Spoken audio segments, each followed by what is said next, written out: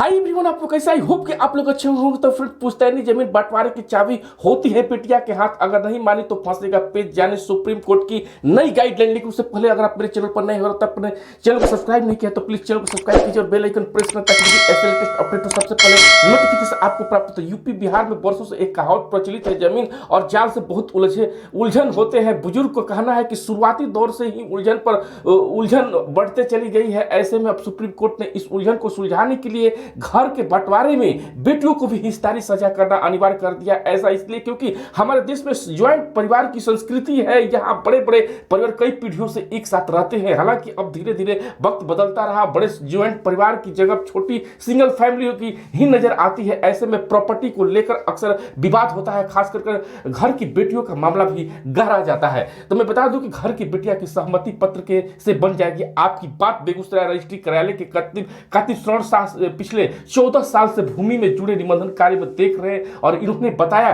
कि supreme court नई guideline के तहत सबसे पहले तो जमीन के बंटवारे में वंशावली की जरूरत पड़ती है। वंशावली में घर की बेटिया का नाम नहीं है तो इस वंशावली के आधार पर भूमि से जुड़ा आपको कोई भी काम नहीं हो सकता। अगर घर की बेटी जमीन में हिस्सा नहीं लेना चाहे तो अपने भाई को ही दे दे तो अभी सहमति पत्र बनवाना अनिवार्य है। वही जमींदार कपिल देव सिंह ने बताया कि हमारे वर्षों से एक प्रथा चली आ रही है कि इसके तहत बेटियां उनके हिस्से दहेज के रूप में दे दिए जाते हैं। यही वजह है कि उन्हें जमीन में हिस्सा नहीं दिया जाता है। अक्सर बेटियों को मान भी लेते हैं। लेकिन मैं बता दूं कि पहले जमीन के बंटवारे वंशावली में बेटियों के नाम की जरूरत नहीं होती थी, लेकिन अब अनिवार्य हो गया है। बेटियों के नाम पर ही नाम ही नहीं तो रिजेक्ट हो जाएंगे वंशावली। तो मैं बता दूं कि चौरिया बरियारपुर प्रखंड के विक्रम पंचायत के मुखिया रमेश सिंह ने बताया कि वंशावली पर साइन करने के दौरान इस बात का ध्यान रखते हैं कि परिवार में बेटियां है या नहीं है। अब सुप्रीम कोर्ट ने गाइडलाइन के तहत इसकी जांच की जाती है, तब वंशावली पर मोहर और हस्ताक्षर पर इसे वायलेट करते हैं। तो बिहार में इन जिलों में मैं बता दूं कि काफी जो है जमीन रजिस्ट्री को लेकर